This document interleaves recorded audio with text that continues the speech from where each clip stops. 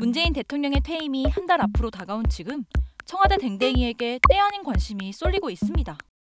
이 친구들 노후를 문 대통령과 못 보낼 수도 있거든요.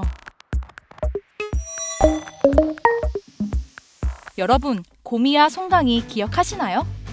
2018년 3차 남북 정상회담 때 김정은 북한 국무위원장이 문 대통령에게 선물로 주었던 강아지들이죠.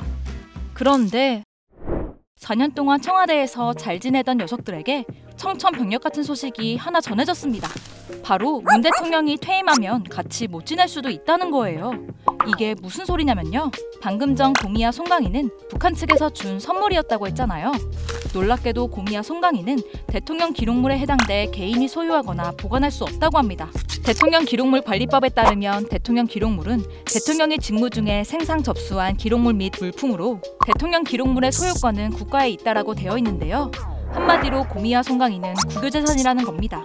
현재 고미와 송강이 같은 경우는 국내 공직자가 외국에서 정상회담에 선물을 받은 것이기 때문에 아무리 반려인과 반려동물의 관계라고 하더라도 개인이 소유할 수는 없는 것이 현재 법의 한계입니다. 그래서 고미와 송강이는 대통령 기록관에 보관해야 한다는데요.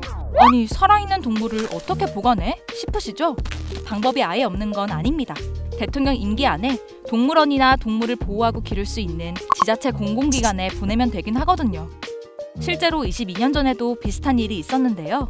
2000년 남북 정상회담이 열렸을 때 당시 김정일 국방위원장이 김대중 대통령에게 풍산개 우리와 두리를 선물했습니다. 우리와 두리는 같은 해 11월에 서울대공원으로 옮겨져 지내다가 2014년에 자연사했다고 알려져 있죠.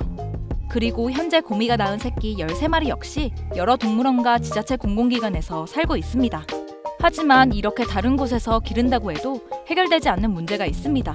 이게 사실 국가 기록물이라 할지라도 이게 어떤 물건이 아니잖아요. 근데 그런 동물이 가정에서 사람과 같이 정서적 교감을 나누면서 사는 것이 아니라 만약에 기관에 어떤 전시되는 형태로 산다 그러면 반려동물로서의 살아가는 그런 삶의 형태하고는 조금 떨어진 것이기 때문에 부족한 부분이 좀 있다. 그러니까 개 입장에서는 계속 반려인이 바뀌면 안정적으로 지내기 힘들다는 겁니다. 심지어 고미와 송강이 같은 경우 동물보호법상 동물 등록 대상도 아니라고 해요.